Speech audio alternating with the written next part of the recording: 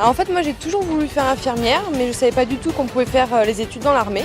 Moi je viens de la brigade des sapeurs-pompiers de Paris, j'ai 6 ans de service. En ce qui me concerne, j'ai été aide-soignant pendant 10 ans. Juste après mon bac scientifique, j'ai voulu être infirmière. Je me suis dit que j'aimais beaucoup la rigueur militaire, l'uniforme, le prestige et l'esprit de camaraderie qui y règne. Comme j'étais secouriste et très motivé par les métiers du paramédical, j'ai décidé de passer le concours infirmier afin de soutenir les unités de terrain en gendarmerie.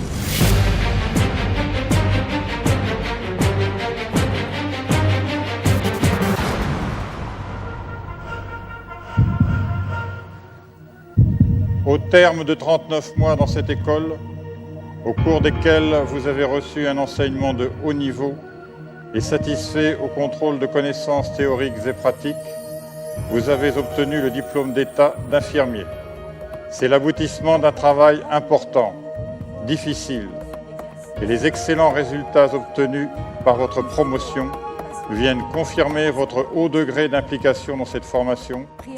Donc ce matin, on va reprendre les différentes séquences de la pose d'un grain thoracique. À l'école du personnel paramédical, on a une formation qui est assez solide, qui est reconnue, que ce soit dans le milieu militaire, dans le milieu civil. Les polyvidones iodés, bétadine scrub et dermique. Il faut que ça aille vite. Donc le sergent prépare tout le matériel sur le chariot et il demande à sa collègue de glisser par-dessus, d'accord ?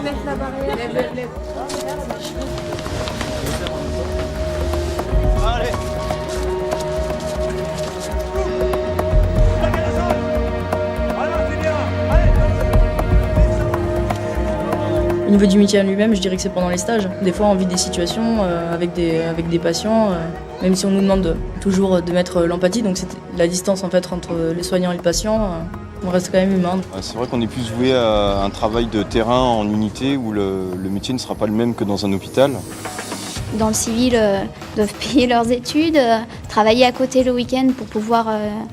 nous, on est payé pour ça, donc on leur doit notre diplôme, quoi.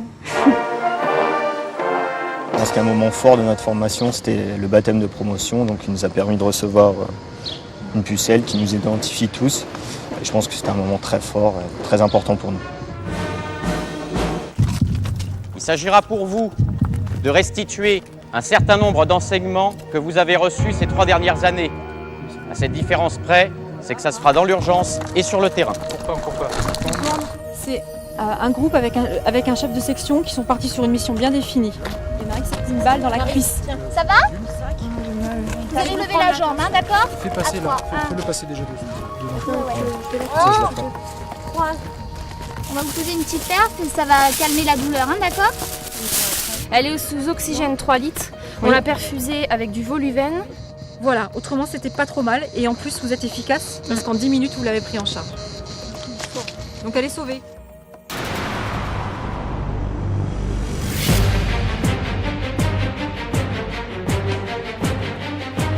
J'ai l'honneur de choisir l'hôpital d'instruction des armées l'Aveyron, à Marseille. Étant-major d'Imitage, j'ai eu l'opportunité de choisir au mieux. Mais j'oublie pas, 39 mois avant, que j'étais encore aide-soignant. Aujourd'hui, je me trouve infirmier et fier. Mon colonel, j'ai l'honneur de choisir le 53e régiment de transmission à Lunéville. C'est plus facile pour les premiers et plus difficile pour les derniers. J'étais dans les premiers, donc ça a été plus simple pour moi. Mon colonel, j'ai l'honneur de choisir le 2e groupe géographique à Joigny. Pour ma part, je n'ai pas fait de choix. Néanmoins, l'affectation qui m'a été donc attribuée, puisque j'étais dernière, me convient tout à fait. J'ai fait cette formation pour faire de la réanimation en premier lieu. J'aimerais continuer sur un diplôme d'infirmier anesthésiste. Donc peut-être mon retour à l'EPPA d'ici quelques années. L'intérêt de cette formation, c'est que j'ai déjà fait le PPA avant, donc pour passer le diplôme d'état infirmier. Et là, c'est vraiment la continuité de la formation. Et venir dans ce centre, c'est parce que c'est militaire aussi. En 2e année, en fait, on a une formation sur tout ce qui est un petit peu médecine de catastrophe. On va faire un passage à Briançon. Donc pendant une semaine, en fait, on va mettre en application notre formation d'infirmier anesthésiste sur le terrain, et notamment dans des conditions montagneuses, quoi. Le but du stage, c'est de mettre les élèves en situation de stress et ils doivent mettre en application des gestes qu'ils ont appris dans leur école. C'est parti. Voilà, laissez tomber la corde. Bonjour le Val-de-Grâce, bonjour Bégin. Nous sommes à Toulon pour notre part en visioconférence pour parler aujourd'hui du traitement chirurgical de la lithiase biliaire. Bon, comme c'est votre premier jour, vous allez aller avec Astrid qui va vous encadrer donc, toute la semaine. Vous allez aujourd'hui vous attacher à découvrir l'ouverture de la salle, l'environnement du patient en viscéral.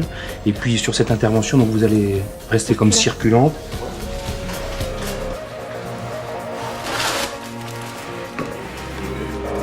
Vous avez quoi ce matin au programme? Un macro-abdomen de l'hypophyse. D'accord. Alors ce que je vous propose aujourd'hui, c'est d'abord participer à l'installation, parce que c'est quand même un peu compliqué. Donc bien les aider sur l'installation, et dans un deuxième temps, vous vous habillerez pour faire instrumentiste ou aide opératoire en fonction de l'équipe qui sera présente.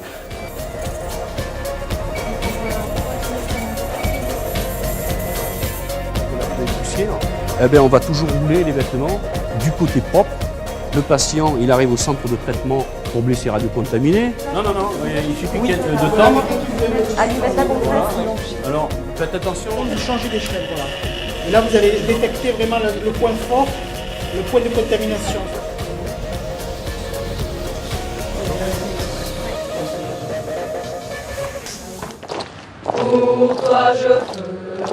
C'est fort en émotion, on va pouvoir partir sur le terrain, voir ce qui s'y passe.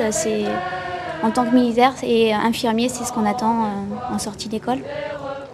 Soyez toujours digne de la devise de votre école, fiers de votre appartenance au monde de la médecine militaire, soyez fiers de votre métier, exercez-le avec rigueur, noblesse et pour le plus grand bien de ceux qui souffrent et qui vous confient ce qu'ils ont de plus précieux, leur santé.